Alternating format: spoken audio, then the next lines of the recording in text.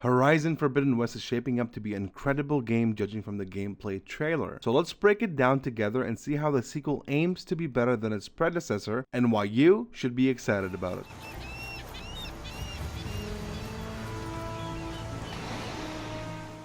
The first thing that should capture anyone's attention are the graphics. The seamless transition from cutscenes into gameplay make everything look exceptionally smooth. It really helps that the game doesn't appear to lose any cinematic value when switching from a fully animated cutscene to the gameplay. It's all made to appear consistent and easy on the eyes. Of course, that won't be the case for everyone since the game will be capped at 30 FPS when it's 4K and 60 FPS on performance mode, which just tells me that this game is going to be sending a few PS4s flying.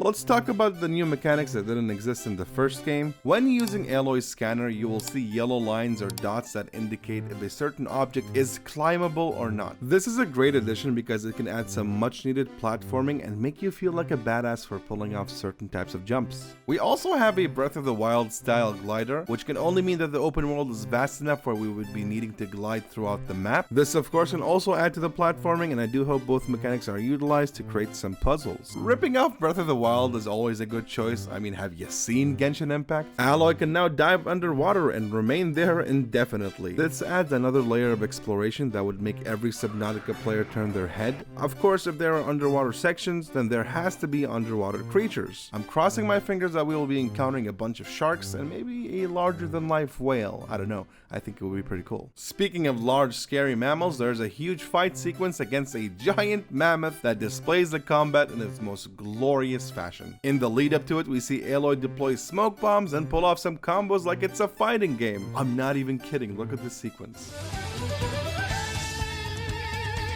The fight with the mammoth shows off how being able to climb and glide can come into effect and help you out in a pinch. It's exactly where a game like Horizon shines, learning how certain enemies behave and using what's under your belt to take them down. In this case, we use adhesive bombs and laser machine guns. The other gameplay mechanics shown off here are all things that existed in the first game, so I don't need to highlight them. I'll just say that I love the idea of an open world where you can ride dinosaurs as mounts and be able to glide around like it's Zelda. I loved the first Horizon game.